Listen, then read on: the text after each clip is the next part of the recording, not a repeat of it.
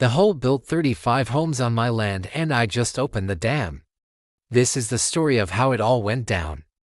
It all started when the Homeowners Association built too many houses on my land, and I was left with nowhere to put the water that was flowing onto my property. I live in a small town in Florida, and behind my house there is a lake. The lake was there long before any of us moved into our homes here. And although the lake was on my property, I had no issues with it. In fact, I loved seeing the wildlife that would come to the lake. We're talking turtles, birds, snakes, frogs, the occasional gator, you name it. It was great.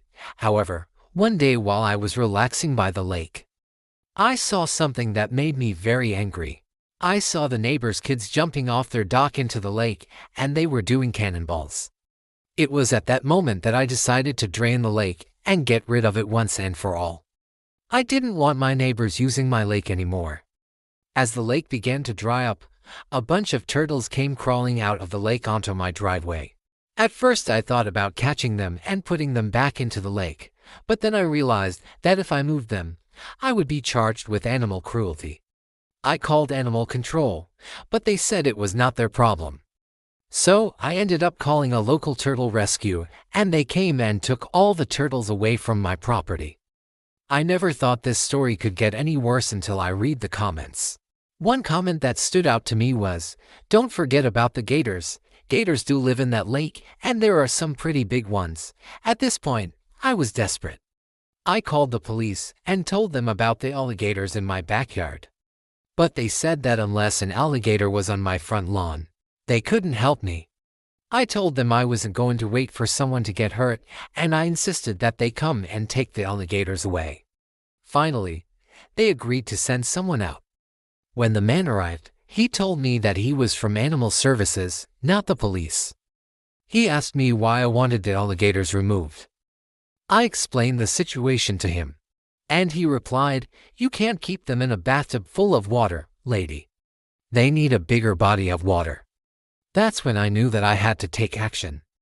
If my neighbors were going to use my lake, then I was going to make sure that they had enough water to fill it. I contacted the city council and told them that I wanted the water turned back on. They told me that I had to pay a large sum of money to have the water turned back on. But after I told them that I was willing to go to court over it, they agreed to turn the water back on without charging me. The next morning, I woke up and looked outside to see that the water had been turned back on. But I noticed something strange. The water was filled up, but there were no signs of life. I walked down to the lake to take a closer look, and that's when I saw it. There were dozens of dead fish floating on the surface of the water.